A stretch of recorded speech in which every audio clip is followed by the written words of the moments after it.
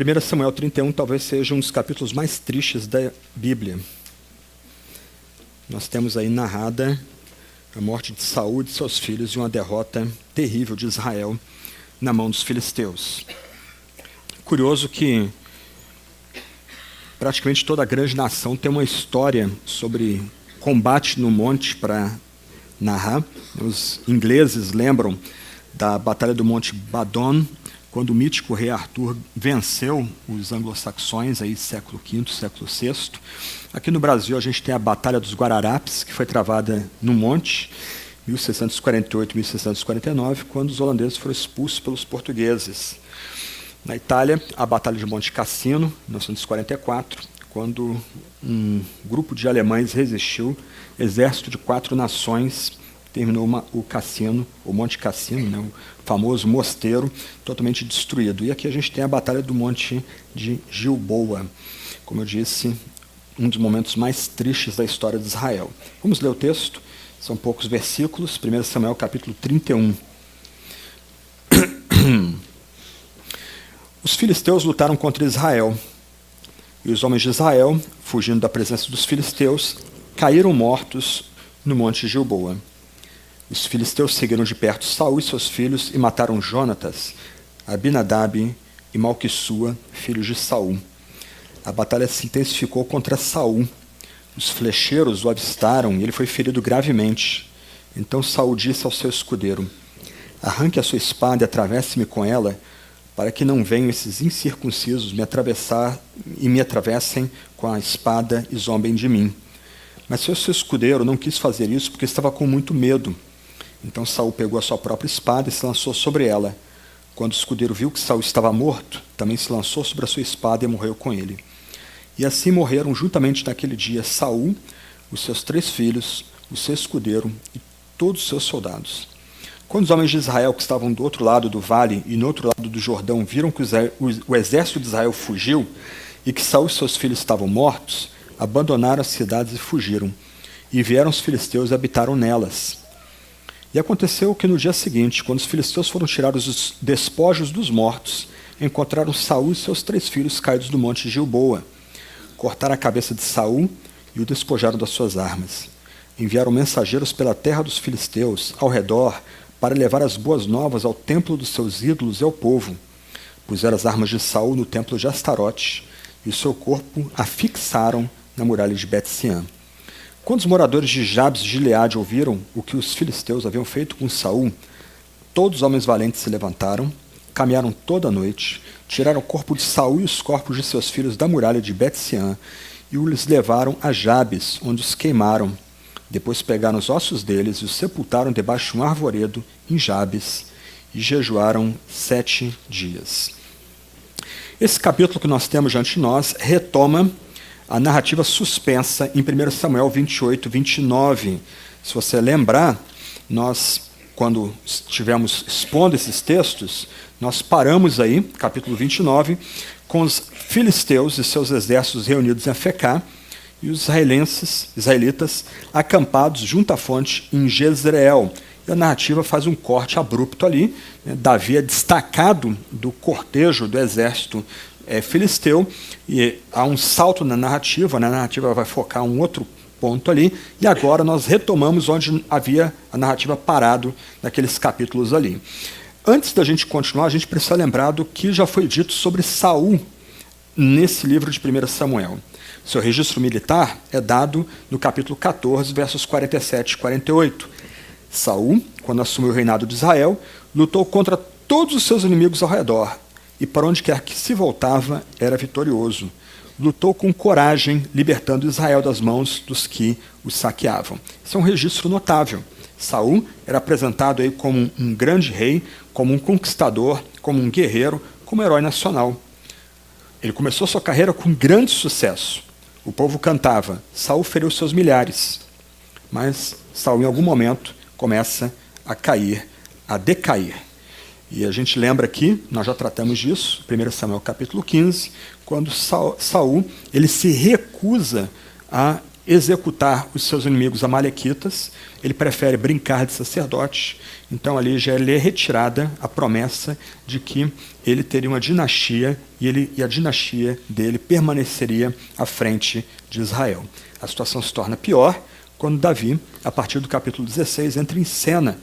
Aquele jovenzinho, primogênito de Jessé, ele é ungido como o futuro rei de Israel, e agora essa chegada de Davi e a vitória espetacular de Davi contra Golias vão levar aquele grande rei que começou tão bem a sua carreira, cantado e celebrado como conquistador e como herói, como matador de filisteus, ele começa agora a ser corroído pela inveja, e na sua obsessão ele começa a agir de forma paranoica e perigosa, e a gente, para nosso escândalo, aprende que isso também vem do Senhor. Saul tinha qualidades excelentes, mas nessas qualidades não são contadas fé humilde e obediência a Deus. Antes, o que se vê na narrativa de Saul é alguém com grandes qualidades, externas sobretudo, mas internamente um homem orgulhoso, centrado em si mesmo e também desobediente à lei de Yahvé. Mas há algo mais aqui. Como eu mencionei, o capítulo 31 retoma a narrativa iniciada nos capítulos 28 e 29. Há um parênteses, um interregno, que é o capítulo 30. No capítulo 30, nós ouvimos isso há 2 semanas atrás, nós temos a descrição dos riscos que Davi e o seu bando correm, seu grupo de mercenários correm, e da vitória espetacular de Davi e seu bando sobre os amalequitas. Isso é o capítulo anterior, 1 Samuel, capítulo 30. O que o narrador parece subentender aqui, e parece apontar para nós, é que enquanto Davi, no sul, está vencendo os amalequitas, no norte, Saul, seus filhos e o exército de Israel estão sendo derrotados, destroçados pelos filisteus, praticamente ao mesmo tempo.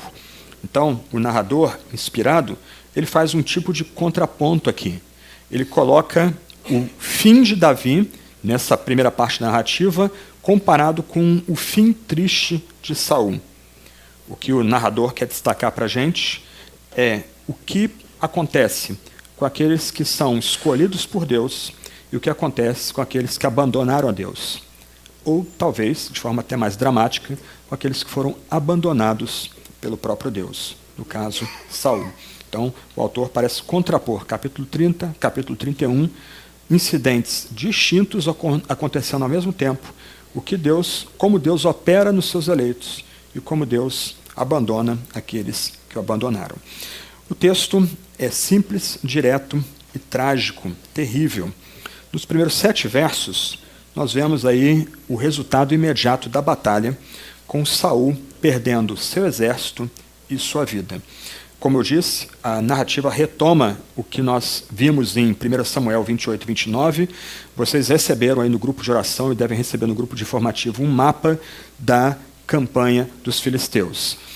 Para quem não conhece um pouquinho da geografia de Israel, a parte litorânea é uma planície, a parte central é mais montanhosa. O que os filisteus fazem? Eles marcham pela planície, eles têm um exército maior, eles têm superioridade tecnológica, eles têm carros de combate, guiados por cavalos, então eles vão marchar pela planície e vão fazer uma inversão, eles vão descer. O que eles fazem? Eles cortam Israel praticamente ao meio, isolando as tribos do sul e as tribos do norte e determinando para os de Israel onde será a batalha. A batalha deveria ocorrer ao pé desse monte, o monte de Gilboa, que fica próximo de Beit-Shean. E o texto narra, primeiro verso aí, que os filisteus, depois de fazer essa marcha, se lançam nesse ataque contra o acampamento de Jezreel, atacando, avançando contra os exércitos de Israel. Desde o começo, o que se tem aqui é um combate completamente desigual. Os filisteus têm, como eu disse, um exército maior, têm superioridade numérica, têm melhores equipamentos, eles vão determinar o campo do embate. Os de Israel perderam a sua iniciativa aqui. E o que parece subentender aqui é que os carros de combate dos filisteus avançam contra os exércitos de Israel, o exército de Israel não tem como lutar contra esses carros e eles têm que recuar. Eles vão recuar para onde? Para o pior lugar possível, para o Monte Gilboa. E o texto subentende que esses filisteus não só empurram os de Israel contra o monte, mas montam um cerco ao redor do monte, de tal forma que agora o exército de Israel não tem como recuar. O exército de Israel, para usar o popular aqui, é colocado contra a parede. Não há outra opção que não lutar até a morte. Não tem como haver um recuo estratégico para lutar outro dia. O exército de Israel foi cercado. Ele é um exército menor do que o exército dos filisteus. O exército dos filisteus tem tecnologia e equipamento melhor do que o exército de Israel. E o exército agora de Israel está isolado nesse monte, sem como conseguir ou recuar na direção do que é chamado de Galileia, ou atravessar o Rio Jordão, ou voltar ao sul.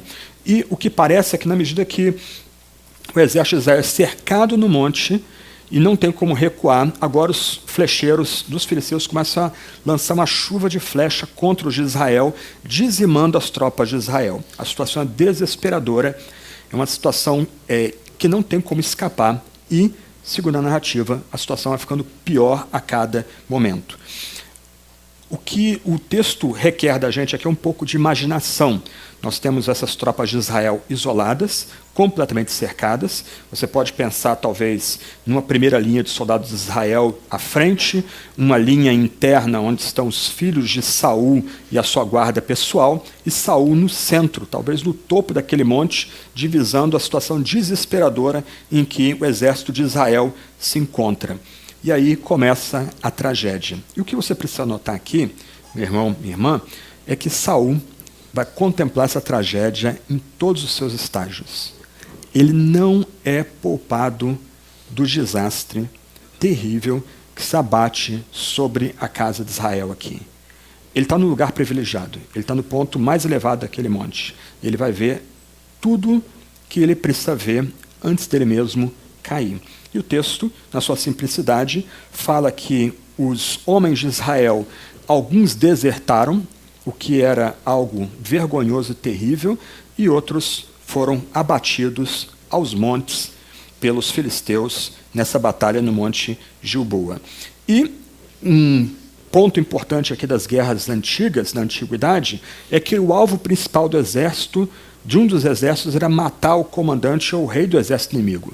Entendia-se que a forma mais fácil de massacrar o exército adversário era decapitar aquele chefe daquele exército, e quando as suas tropas vissem o rei morto, né, aí se levantava a cabeça do rei, botava a cabeça do rei na ponta da lança, ó, acabou a batalha aqui. Então aquele exército, o exército que perdia o seu rei, o seu chefe, recuava, e aí começava o verdadeiro massacre.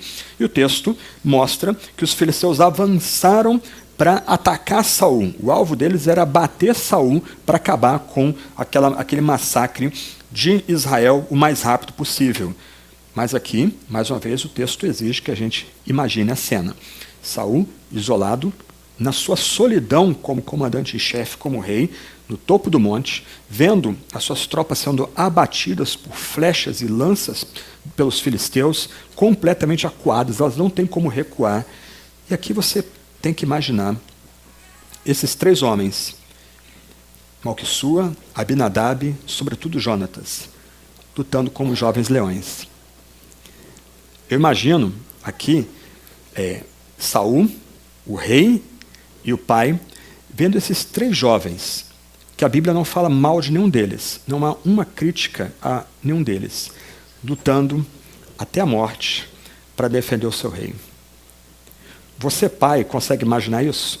Você está no campo de batalha, você é um comandante de um exército, os seus filhos são a sua escolta principal, são seus guardas principais.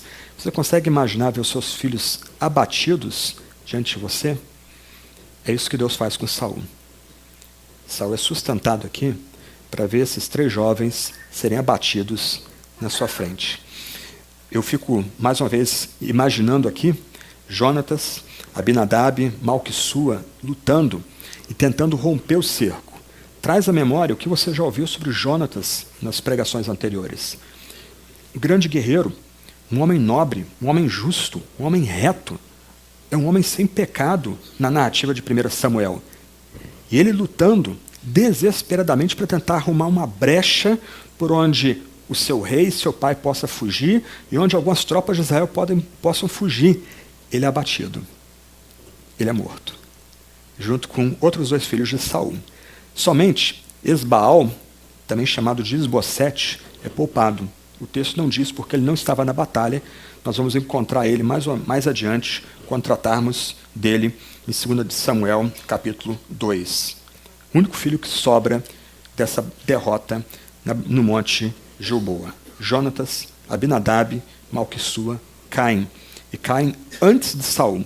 Saul não só vê o seu exército ser destroçado, não só vê homens do seu exército abandonando apressadamente o campo de batalha, mas vê os seus 3 filhos sendo derrubados, sendo mortos em combate na sua frente. Matthew Henry, comentando a morte de Jonatas, diz o seguinte: nos entristece encontrar Jonatas entre eles. Esse homem sábio, valente e justo, que era tão amigo de Davi, no entanto cai com o restante. O dever ao pai não permitia que ficasse em casa ou retirasse quando os exércitos se enfrentavam. E a providência assim ordena que ele tenha o mesmo destino do restante de sua família, embora nunca tivesse envolvido na culpa dela. Quando a gente lê um texto assim, tem que deixar um gosto amargo em nossa boca. Nós estamos vendo aqui uma tragédia se abatendo sobre a casa de Israel. E essa tragédia atinge também homens e mulheres que não tinham ligação direta com os pecados e a loucura de Saul. Inclusive, homens justos, homens retos, como Jonatas. Isso é testemunhado na narrativa de 1 Samuel. Mas o texto continua. Saul vê os 3 filhos morrerem diante dele, lutando, muito provavelmente para tentar furar o cerco, abrir ali um espaço para onde Saul, o rei, e os sobreviventes do exército pudessem fugir. Mas o texto diz que a batalha se intensifica contra Saul. O alvo dos filisteus era alcançar o rei Saul, matá-lo e encerrar a batalha. E aí o texto vai narrar que os flecheiros filisteus avistam Saul e o ferem gravemente. Nota o processo de declínio, o fim da vida de Saul.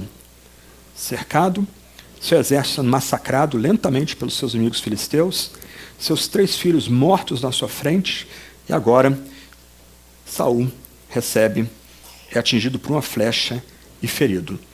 Saul, filho de Israel, cabeça do reino de Israel, devia lembrar da história de Sansão. Sansão foi um grande juiz de Israel. Ele foi um homem que Deus usou para trazer libertação para a sua tribo das mãos desses inimigos filisteus. E como é que Sansão termina os seus dias? Com uma peça de comédia dos filisteus. Ele é capturado, torturado, tem os seus olhos vazados e ele vai ser levado para o templo dos deuses dos filisteus para servir de piada para aqueles homens. Imagino que Saul tinha isso em mente quando ele pede algo louco, terrível e desesperador para o seu escudeiro, que não recebe o nome aqui. Ele pede para que seu escudeiro o mate, tire a própria vida. Porque, como o texto diz, ele não quer cair na mão desses homens desprezíveis, os filisteus, os incircuncisos, gente estranha à aliança. Então, para ele não ser torturado, profanado, humilhado, antes de ser morto, será que ele seria morto? Né? E a curto prazo, ele pede para que esse escudeiro o mate. Ele não quer ser zombado. Ele prefere uma morte ignominiosa à desonra no campo de batalha. Mas o texto destaca que o escudeiro não fez isso. O escudeiro tinha medo. O escudeiro aqui era um pajem, um assistente, alguém que carregava as armas do rei, alguém que carregava o escudo do rei, por isso daí escudeiro. Mas esse jovem, sem nome, o texto não menciona quem é ele, alguns já até sugeriram que poderia ser Doeg, mas não há nenhuma prova de que seja, né, aquele outro homem violento da história de Saul e de Davi, mas o fato que esse escudeiro fica tão aterrorizado em matar o rei, ele ainda honrava aquele homem, mais do que, tanto quanto honrava o cargo, então aquele escudeiro se recusa a tomar tal ato louco. E o que Saul faz? Ele saca a espada, ele coloca a espada no chão e se lança sobre a espada. O escudeiro vê aquele fato e age da mesma forma. O tirar a própria vida é uma quebra do mandamento, não matarás, e é um pecado tão terrível que nós encontramos apenas 7 personagens que chegam a tomar essa atitude. Abimeleque, Sansão, Aitofel, Zinri, Judas e agora Saul e o seu escudeiro. E destes, só Sansão não tira sua vida por desespero. Todos os outros chegam a esse pecado por meio do desespero. Uma cena terrível, quase que lembra a gente o inferno de Dante, o povo de Israel completamente derrotado, os melhores guerreiros de Israel mortos no campo de batalha, e o próprio rei de Israel chega ao final da sua carreira, tirando a sua própria vida, seu escudeiro imitando também nessa morte desesperada. O que se tem aqui é uma vitória completa, total dos filisteus sobre Israel. Só fica escombros. Todo o exército de Israel derrotado, a grande maioria dos guerreiros de Israel derrotados, mortos, melhor dizendo. O verso 7 vai dizer que alguns desses guerreiros conseguiram fugir. Eu imagino depois que Saul caiu, a notícia se espalha e acaba toda a coesão do exército de Israel. Então, o texto do verso 17 vai dizer que alguns desses conseguiram se evadir. Mas para aumentar ainda mais a desgraça da situação, algumas cidades que eram ocupadas por judeus, por israelitas, elas são abandonadas e conquistadas pelos exércitos dos filisteus. Vitória completa, vitória total. O que faltou aqui? As orações e os conselhos de Samuel e a liderança inspirada de Davi. Era isso que havia feito a diferença até então. Agora, sem as orações e os conselhos de Samuel, sem a liderança ungida de Davi, o exército de Israel foi entregue à própria sorte e foi completamente arrasado e completamente derrotado. E o seu rei, Saul, que começou tão bem a sua carreira, termina se lançando sobre a própria espada. Antes da gente continuar, a gente precisa destacar alguns pontos aqui desses 7 primeiros versos. Um primeiro ponto, e agora a gente tem que olhar o livro como um todo, que deveria balançar a gente aqui, é que o texto mostra que Deus não faz acepção de pessoas quando ele vem em juízo. Se nós puxarmos da memória aqui, nós devemos lembrar que 1 Samuel começa mostrando o juízo de Deus sobre a casa de um sacerdote, Eli. Deus derrama seu juízo sobre Eli e sobre os seus filhos. Israel vai sofrer pelo juízo derramado sobre Eli e seus filhos. E agora, essa primeira parte do livro de Samuel fecha com Deus derramando o seu juízo sobre uma dinastia real. Saul e seus filhos são mortos. Saul sai de cena de uma forma vexosa, ignominiosa do campo de batalha. Quando Deus decreta juízo, ele não vê posição social. Quando Deus vem para juízo, ele não está preocupado com o que a gente faz ou deixa de fazer. Deus não faz acepção de pessoas. Deus não coloca na balança status social ou religioso ou até mesmo dinástico quando vem para fazer juízo. Antes, o juízo vai acontecer pela liberdade de Deus. E como a gente vê também em Samuel, como cumprimento dos decretos proféticos que Deus disse pela boca de Samuel. No final, Samuel é um agente de juízo. Ele foi um agente de juízo contra a casa de Eli, e a gente deve lembrar aqui dos sermões que a gente já meditou sobre o fato que Deus deu a Samuel visões e direções do que aconteceria com Eli e com seus filhos, e como a gente ouviu aqui em 1 Samuel 28, outro texto chocante para a gente, fere nossas sensibilidades, Samuel dos mortos também profere um juízo contra Saul e contra a sua casa. Deus não faz acepção de pessoas quando vem em juízo. Ser pobre não é uma escusa diante do juízo divino. Ser um nobre não é uma forma de se proteger do juízo divino. Todos nós estamos sujeitos ao juízo de Deus e a gente tem que se refugiar em outro lugar e não nossos feitos, se a gente não quer receber o juízo divino. O outro ponto importante aqui é mostrar, o texto mostra para a gente, as consequências trágicas do pecado. O reinado de Saul foi trágico. Desde o começo, a gente já recebe, já começa a meditar sobre Saul, e a gente sabe que uma tragédia é inevitável. A morte desse rei, de forma trágica, de forma terrível, vai ser inevitável. Mas, do outro lado, como é triste ver na narrativa os 3 filhos de Saul sendo mortos. Como é amargo nós vermos Jonatas ser morto junto com seu pai. Muitas vezes, o pecado vai causar sofrimento e até morte, mesmo naqueles que não cometeram pecados de forma direta. Nós podemos pensar, olhando a narrativa aqui, um caso de um pai ou uma mãe que comete um pecado e os pecados que esse vai cometer vão ter reflexo direto sobre seus filhos. Vai trazer dor e medo, talvez até morte para os seus filhos. A gente pode pensar no pecado de um pastor, como isso vai criar problemas, embaraços e dor e tristeza e tragédia dentro da própria igreja. Muitas vezes a gente acha que nós vemos por nós mesmos.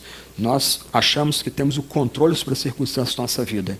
Mas a semelhança de Saul e do impacto dos pecados de Saul na vida dos seus 3 filhos, nossos pecados podem refletir nas pessoas que nós amamos e mesmo pessoas que estão indiretamente ligadas a gente. O pecado é tão terrível que ele tem essa capacidade de destruir junto, mesmo quem não tenha cometido o pecado que gera o desprazer divino, o juízo divino sobre aquele que está em pecado. A gente tem que temer o pecado, a gente tem que se afastar do pecado. E a gente gosta de pensar aqui em pecados mais escandalosos, mas lembra, os pecados de Saul começaram na alma dele.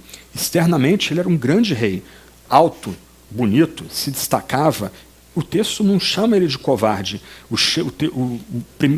narrador de 1 Samuel não retrata Saul como um covarde, uma pessoa que fugiria de desafios. Não, ele está sempre lutando, algumas vezes de forma errada, mas ele está sempre lutando. O texto, quando tem que elogiar os atos externos de Saul, ele faz, mas internamente, no coração, Saul era invejoso, era um homem amargo, um homem faccioso, um homem que não estava satisfeito com o seu cargo de rei e queria constantemente avançar sobre o chamado do outro. Então, a gente tem que tomar cuidado com os nossos pecados, a gente tem que vigiar o nosso coração, a gente tem que lembrar que o pecado é coisa séria. E quando nós pecamos, Deus pode perdoar, mas outras vezes, porque Deus também é juiz e é reto, Ele pode nos entregar as consequências do nosso pecado, e algumas vezes as consequências do nosso pecado vão arrastar pessoas inocentes para a tragédia que nós entramos por causa do nosso pecado. E aqui é o que a gente vê nessa narrativa. Para mim, eu leio esse texto aqui, mais uma vez, com amargor na boca. Não é um texto bonito de se refletir. Homens íntegros morreram por causa do pecado e a arrogância e a tolice de Saul. Agora, de um outro ponto aqui, o texto também lembra para a gente que a gente tem que ser muito cuidadoso em tentar ligar o fato da morte com o destino eterno de uma pessoa. Não é isso que está em vista no texto aqui, se Saul foi para o inferno e Jonatas foi salvo. O autor aqui não tem interesse nesse ponto, mas lembra, a mesma morte horrível que Saul recebe, a morte horrível que Saul recebe, também se dá no contexto da morte dos seus 3 filhos, na morte de Jonatas. Então a gente tem que tomar muito cuidado aqui em não julgar a vida espiritual da pessoa pelas circunstâncias terríveis da morte dela. Deus é que sabe se essa pessoa está no seu seio ou não. Então a gente tem que tomar muito cuidado aqui. A pessoa morreu assassinada, um atropelamento, uma batida, uma doença demorada, então essa pessoa era mais pecadora. O texto não autoriza a gente a fazer esse tipo de conclusão. Antes a gente tem que, como autor de Samuel aqui, botar a mão na boca, olhar a tragédia que é a morte, a tragédia que é a derrota dos exércitos de Israel no campo de batalha e tomar cuidado com o que a gente fala e com os nossos julgamentos sobre aqueles que morreram. Sobretudo, quando a gente lê essa narrativa horrível aqui, a gente tem que orar: Senhor, não nos deixes cair em tentação, livra-nos do mal. Quem que somos nós? A gente é pó, a gente não é nada. Nota, Saul caiu, e a gente já vê isso daqui a 2 semanas, e com ele caíram os valentes de Israel. O melhor de Israel caiu com Saul. Jonatas era um grande guerreiro, ele caiu com Saul. Quando a gente olha um texto como esse, a gente tem que orar de forma clara, direta, sem rodeios: Senhor, conosco não. Não permita que isso aconteça com a gente. Livra a gente de morrer como esses homens. Livra a gente de ser enredado pelo pecado dos outros e morrer por causa do pecado dos outros, ser destruído pelo pecado dos outros. Livra-nos da tentação, livra-nos do mal. É isso que o texto requer da gente aqui. A gente se afastar desses pecados internos que corroeram Saul e levaram ele a esse fim tão trágico. E que envolveram outros melhores do que ele também nessa derrota horrorosa. Senhor, nós não. Dá livramento para a gente. Protege a gente. Se o Senhor soltar a nossa mão, a gente cai. Não solta a nossa mão. Não permita que a gente caia nesse tipo de mal. E o texto avança. Saul perdeu seu exército, Saul perdeu sua vida, e agora Saul perdeu a sua honra. Versos 8 a 10, nós temos aí o fim da batalha, e nós temos aí o rescaldo da derrota de Israel, de Saul, na mão dos filisteus. Na antiguidade, quando o exército era derrotado, o exército vencedor não só saquearia os mortos, porque esse era grande parte da sua recompensa, do seu galardão ali, do seu salário pela luta, mas eles tomariam escravos, tomariam prisioneiros como escravos, que era uma forma também de aumentar a sua renda, e se dedicariam a humilhar os derrotados. Eu vou poupar vocês de detalhes aqui, mas a humilhação era gráfica, e esse era o medo de Saul se tornar uma piada nas mãos dos filisteus, como Sansão durante algum tempo também foi. E o texto narra aí que depois da batalha, os exércitos de Israel derrotados, os guerreiros de Israel todos mortos, a grande maioria deles mortos, os filisteus vão saquear os despojos dos mortos, e eles vão encontrar Saul e os seus 3 filhos caídos no monte de Gilboa. E o verso 9 e o verso 10 retrata o que os filisteus fizeram com os cadáveres, sobretudo de Saul. Eles dessacralizaram aqueles cadáveres. Eles não demonstraram nenhum respeito para aqueles cadáveres. Eles tiraram toda a armadura do corpo de Saul, deixaram o corpo de Saul nu, decapitaram o Saul, arrancaram a cabeça dele. O texto vai dizer que os corpos de Saul e de seus filhos foram presos, afixados na muralha de Bet-Sean, e a cabeça desfilou entre os seus inimigos, e as armas foram levadas para os templos das divindades dos filisteus. O que os filisteus estão querendo mostrar aqui? Nós não apenas, os filisteus, da perspectiva deles, nós não apenas derrotamos os de Israel, mas os nossos deuses derrotaram o Deus de Israel. A vitória aqui foi completa. Eles estão exibindo e humilhando o rei da casa de Israel. Eles estão exibindo as armas que representavam os feitos de vitória anteriores desse rei contra os próprios filisteus. E vocês lembram de várias vitórias que Israel alcançou contra os filisteus, e já tratamos disso aqui. Agora, a situação se inverteu. Como a paciência de Deus chegou a um limite, e ele abandona Saul nas mãos dos filisteus, agora os filisteus se gabam, porque aparentemente as divindades deles alcançaram vitória. Mas, lembra, a divisão que a gente tem entre 1 e 2 Samuel é arbitrária, não é uma divisão feita no original. A história não terminou ainda, apesar de a gente estar parando hoje em 1 Samuel capítulo 31. Ainda vai acontecer algumas coisas. Ainda há um especialmente ungido que virá, e esse vai vingar Saul e seus filhos e vai alcançar a vitória contra os filisteus. Mas nessa altura aqui, os filisteus estão se exibindo. Dagon, Astarote, Baal, esses alcançaram vitória sobre Yahvé. Esses venceram Yahvé. O Deus de Israel foi derrotado. Os nossos deuses alcançaram vitória. E a prova disso é a forma sacrílega de acabar com a dignidade dos corpos de Saul e dos seus filhos. Os corpos foram mutilados, lhes foi negada sepultura. Houve um deboche contra esses corpos, contra suas armaduras, também contra suas armas. O que a gente nota aqui, mais uma vez, é como o pecado é terrível. Como nós devemos nos afastar do pecado. Como as consequências do pecado são assustadoras. Saul perdeu sua dinastia, Saul perdeu seu reino, Saul perdeu sua vida, antes Saul perdeu seu exército, Agora, na morte, o que Saul queria evitar, ele também recebeu. Ele perdeu sua honra. Por quê? Por causa do pecado. A gente tem que lutar para não psicologizar pecados. Psicologia tem seu lugar. Mas o pecado, que é errar aquilo que Deus estabelece para a gente, atravessar a pista que Deus ordenou para a gente, transgredir aquilo que o Senhor requer da gente, o pecado é terrível. O pecado tem consequências marcantes, chocantes.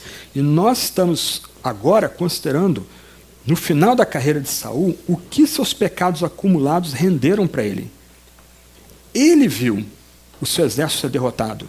Ele viu, vivo, os seus filhos serem mortos. Ele foi ferido. Não havia escapatória para ele. Ele tirou sua própria vida. E morto, seu corpo foi vandalizado. Seu corpo foi destruído. Ele foi decapitado.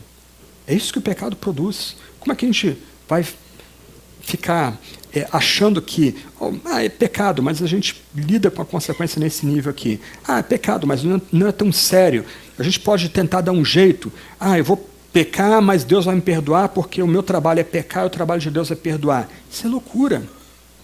O pecado não só desfigura a gente, mas ele pode trazer o juízo severo de Deus contra nós. E a gente está vendo aqui as consequências do pecado na vida de Saul, né? Nós acompanhamos aí vários capítulos. A gente pode trazer na memória não só os pecados de Saul contra os amalequitas e não executar os amalequitas, a forma injusta e cruel que Saul lidou com Davi. Voltando aqui, eu fico imaginando Saul ali no topo daquele monte em Gilboa, vendo seus filhos tentando furar o cerco, aí vendo seus filhos caindo, ele vê Jonatas caindo. Eu fico pensando se ele lembrou naquela hora as palavras malditas que ele dirigiu àquele filho, que era melhor do que ele. Olha o que o pecado fez. Olha o que o pecado faz. O pecado é terrível e a gente tem que fugir do pecado. A gente tem que correr do pecado, porque o pecado não só nos desfigura, mas o pecado tem o poder de nos destruir se Deus nos abandonar, se a gente não correr para a presença dele, que era o que Davi fazia. O que a gente vê aqui é que a justiça e a disciplina de Deus são severas. Como a gente aprende no Novo Testamento, terrível coisa é cair nas mãos do Deus vivo. Não se deixe enganar, de Deus não se zomba. O que o homem semear, isso também colherá. E Saul agora estava colhendo tudo aquilo que ele plantou. Um homem que começou tão bem a sua carreira, termina o seu reinado da forma mais trágica possível. Como eu disse no começo, nós estamos diante de um dos capítulos mais tristes, mais terríveis de toda a Bíblia. Um homem que começou com tantas aspirações, termina da forma mais humilhante possível o seu reinado. A gente tem que temer a Deus. A gente deve correr do pecado, não pelo pecado em si. Eu não vou cometer esse pecado porque fulano pode saber e isso vai magoar fulano. Eu vou correr desse pecado porque se esse pecado vem a público, vai criar tal problema, tal embaraço. A gente tem que correr do pecado por causa de Deus, por causa da santidade de Deus, por causa da aliança de Deus, por causa dos mandamentos divinos. Porque Deus é um ser a ser temido. Um ser completamente santo, completamente puro e reto, que não tolera o pecado. Ele é paciente com o pecado, mas uma hora vem a prestação de contas. Se a prestação de contas veio sobre Saul, que é melhor do que a gente aqui, o texto descreve Saul como um grande homem, um grande rei, e melhor do que nós. Se esse julgamento veio a Saul, quanto mais sobre nós. Então a gente tem que temer a Deus, a gente tem que correr a Ele, buscar refúgio nele, agir como Davi, quebrantados, humildes, reconhecendo que somos pecadores e carentes da misericórdia desse único Deus, nunca como Saul, sempre pronto a justificar os seus atos pecaminosos, sempre pronto a tentar dar um jeitinho para se evadir das consequências dos seus pecados. O capítulo é terrível, o capítulo é chocante, mas o capítulo termina com a luz. Os últimos versos, 11 a 13, nos dão um lampejo de coragem e um sinal de esperança do que ainda pode vir a acontecer. Mesmo no pior momento, Deus permanece no comando. Ainda que o nome dele seja debochado e envergonhado entre os povos, ainda que o nome de Deus seja pisado por esses inimigos filisteus, há um lampejo, e um lampejo de dentro de Israel. Nós temos aqui, nesses versos finais, um espaço no meio da desgraça, no meio da derrota completa de Israel, a morte do rei, o fim da sua dinastia, um vislumbre de bondade e compaixão. Imagina uma terra totalmente desolada, um céu escuro, e de repente vem um raiozinho de sol para aquecer o coração da gente e dizer, ainda não é o fim, ainda não é o fim. O que acontece aqui? Os homens de Jabes de Gileade se lembram de que uma das primeiras grandes vitórias de Saul foi a libertação dessa cidade dos Amonitas. A gente já considerou isso em 1 Samuel capítulo 11, versos 1 a 13. E acontece algo surpreendente aqui. O texto vai dizer que todos os homens valentes se levantaram, caminharam toda a noite. O texto não menciona, mas você vai olhar no mapa depois aí, eles vão ter que atravessar o Rio Jordão, inclusive. Eles vão atravessar campo inimigo, com coragem. Para quê? Caminhando toda a noite, eles tiraram o corpo de Saul e o corpo de seus filhos, que estavam espetados na muralha de Bet-Siã. É muito interessante esse texto. Esses homens valentes percorrem entre 25 a 30 quilômetros, como eu disse, atravessando as linhas inimigas, atravessando o Rio Jordão para resgatar esses corpos. Esses homens lembram que ainda que a gente possa não gostar de Saul, a gente não pode ser ingrato. Ainda que a gente não goste de Saul, a gente tem que honrar o cargo. E esses homens de Bet-Siã fizeram isso. Na morte de Saul, de seus filhos e de outros valentes de Israel, eles lembraram com gratidão do que Saul havia feito por eles. Como é triste quando a gente não tem expressão de gratidão por aqueles que nos beneficiaram no passado. Quão triste é achar que erros daqueles que nos beneficiaram no passado devem apagar os benefícios que nos deram no passado. Esses homens de Jabes de Gileade deviam saber da história de Saul. Eles deviam estar cientes dos pecados e da loucura de Saul, que conduz o exército de Israel a uma batalha que eles não tinham como vencer e que cegam Saul de tal forma que ele não consegue escapar daquela armadilha. Mas ainda assim, esses homens de Jabes de Gileade eram gratos, porque Saul foi usado por Yahvé, pelo Deus de Israel, para libertar a cidade deles.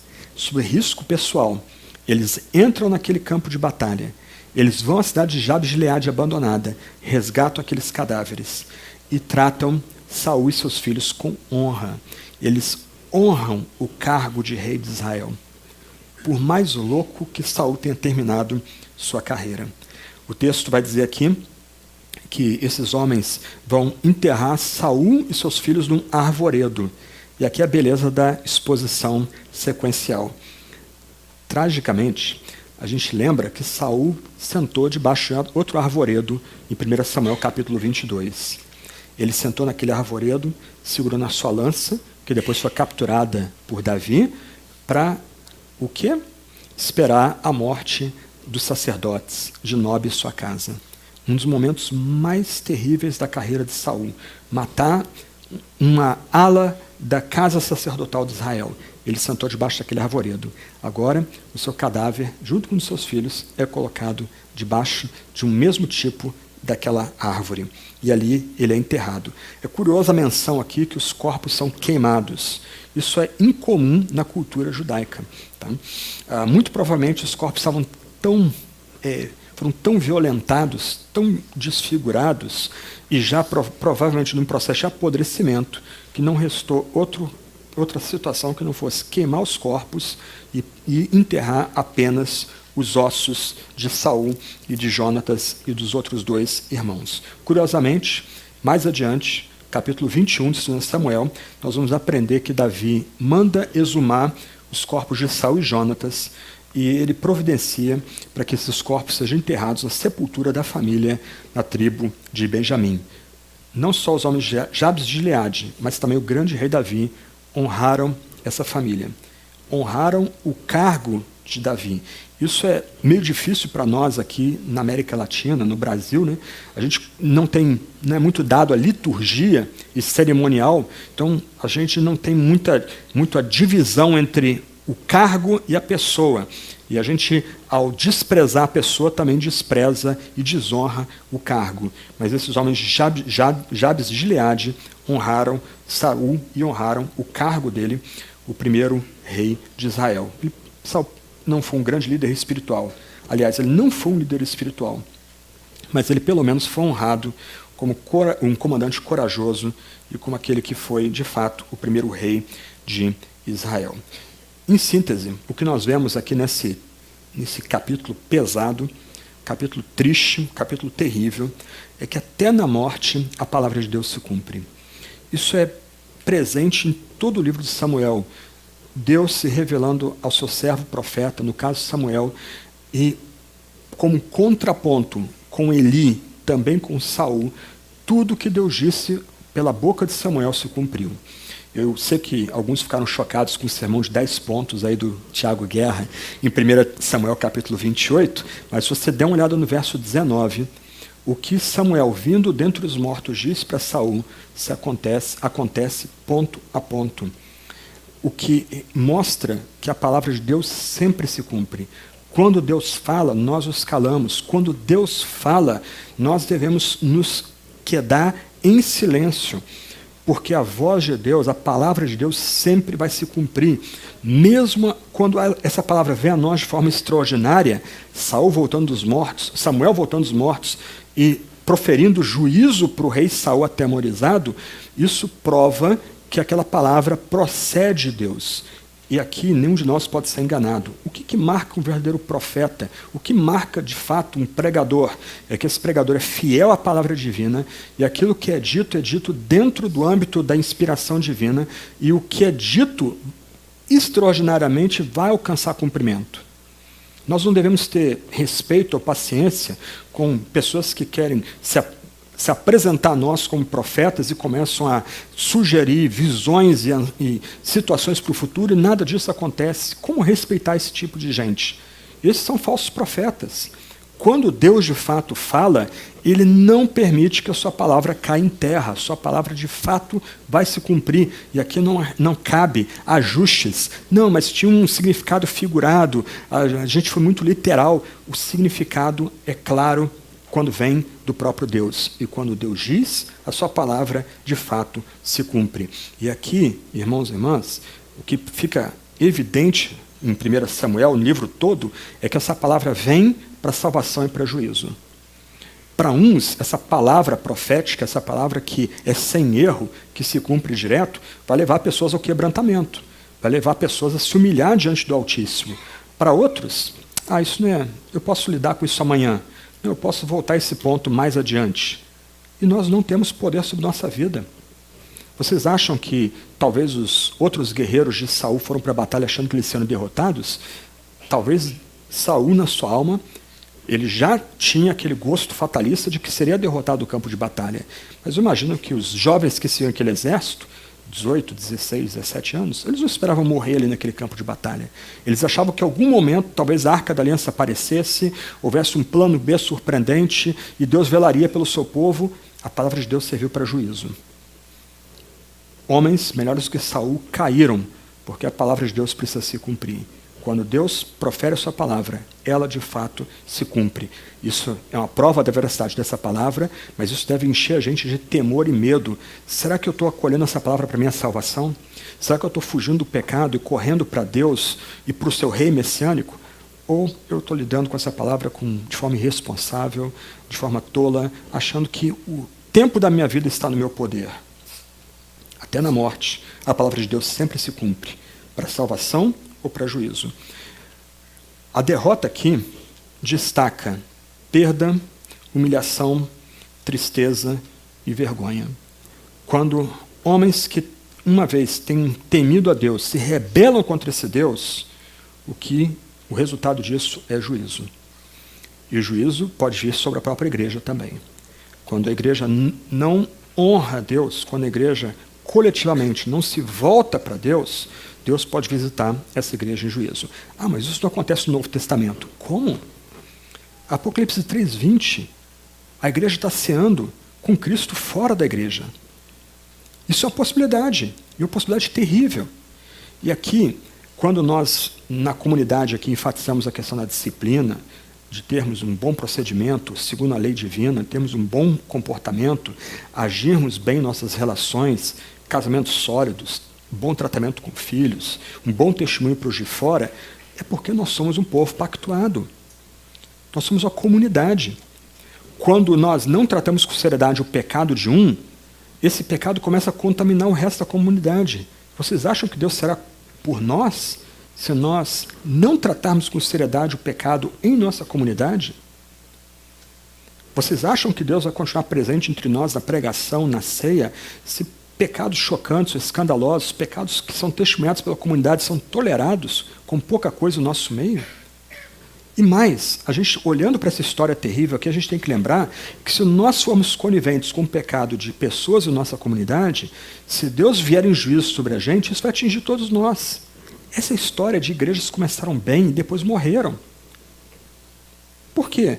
Ah, não, fulano pecou. Não, mas ele é filho de Beltrano. Não, ele é conectado com Cicrano.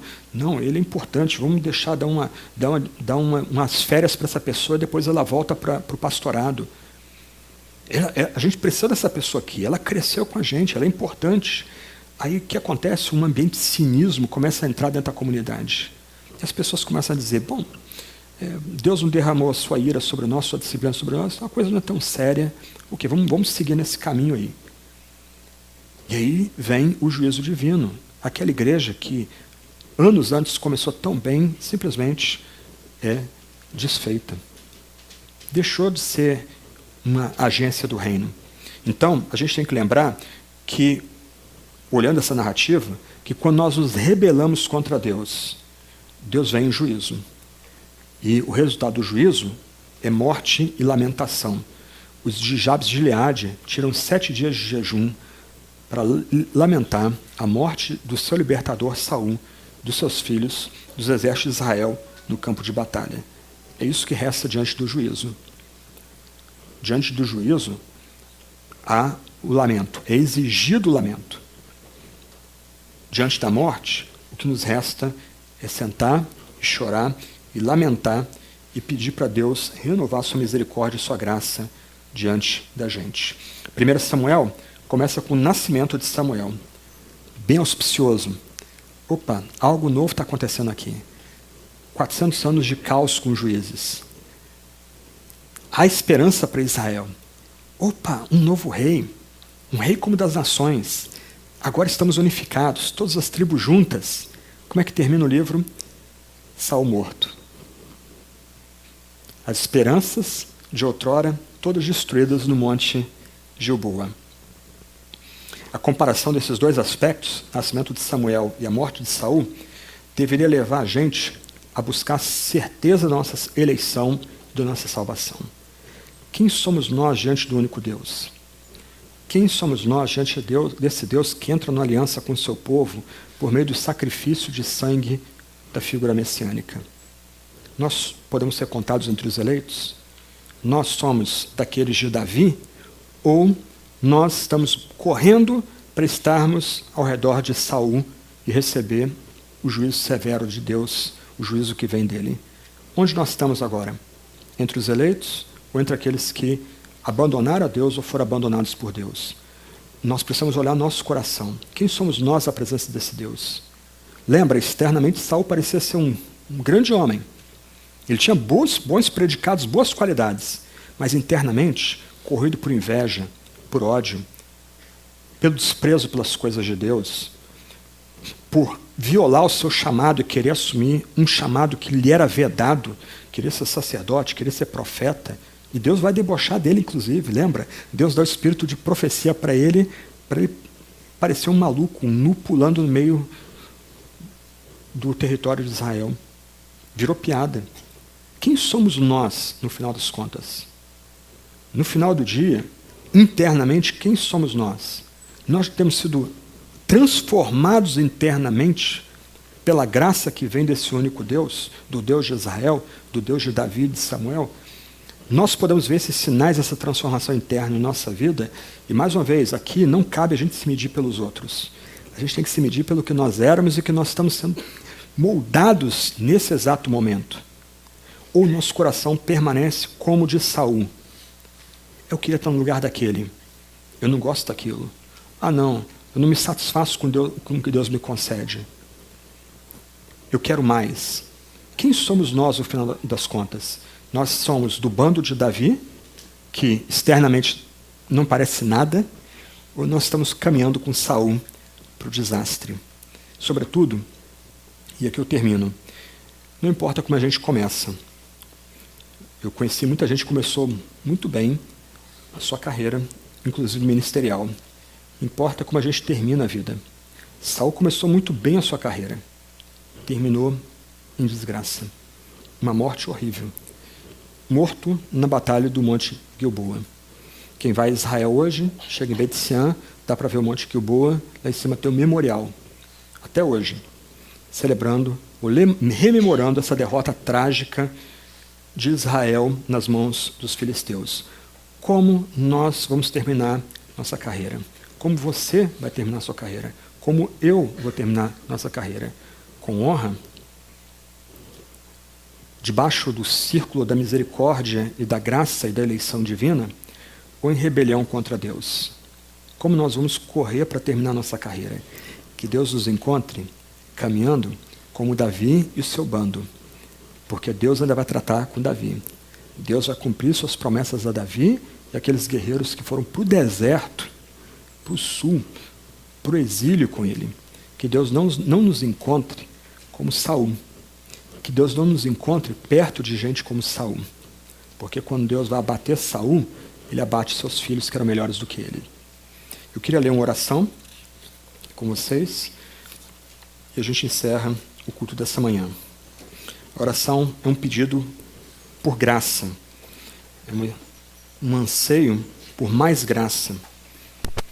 A oração diz: Ó Senhor Deus, conheces quão inapto sou para o teu serviço, o meu estado de insensibilidade, minha inabilidade para fazer qualquer coisa para a tua glória, minha angustiante frieza de coração. Sou fraco, ignorante, inútil, por isso eu me detesto e aborreço. Não sei como descobrir o que queres que eu faça, pois me sinto incrivelmente longe de ti e muito pouco provo da tua presença.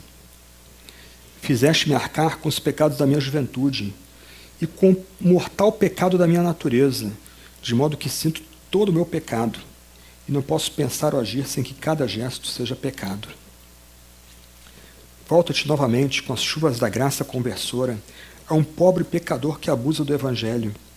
Ajuda a minha alma a suspirar pela santidade, a buscar uma constante devoção a Ti, a perseguir o crescimento na graça de forma abundante a cada dia. Ó Senhor, estou perdido na busca dessa bem-aventurança e a ponto de afundar porque me vejo aquém daquilo que desejo. Ajuda-me a suportar um pouco mais até que o feliz momento da entrega desponte, pois não posso levar a minha alma a Ti, se a Tua bondade não a trouxer para perto de si. Ajuda-me a não confiar em mim mesmo e a ser vigilante e amável, a fim de que eu não ofenda meu bendito amigo em pensamento ou ação. Confio e descanso em Ti, e necessito de Ti todo o tempo para auxílio e condução. Oh, que todas as minhas inquietações e apreensões possam levar-me à escola de Cristo, tornar-me apto a maior serviço, ao ensinar-me a grande lição da humildade. Que a graça de nosso Senhor Jesus, que o amor de Deus o Pai e que as consolações do Espírito estejam com todos vocês hoje e sempre. Amém.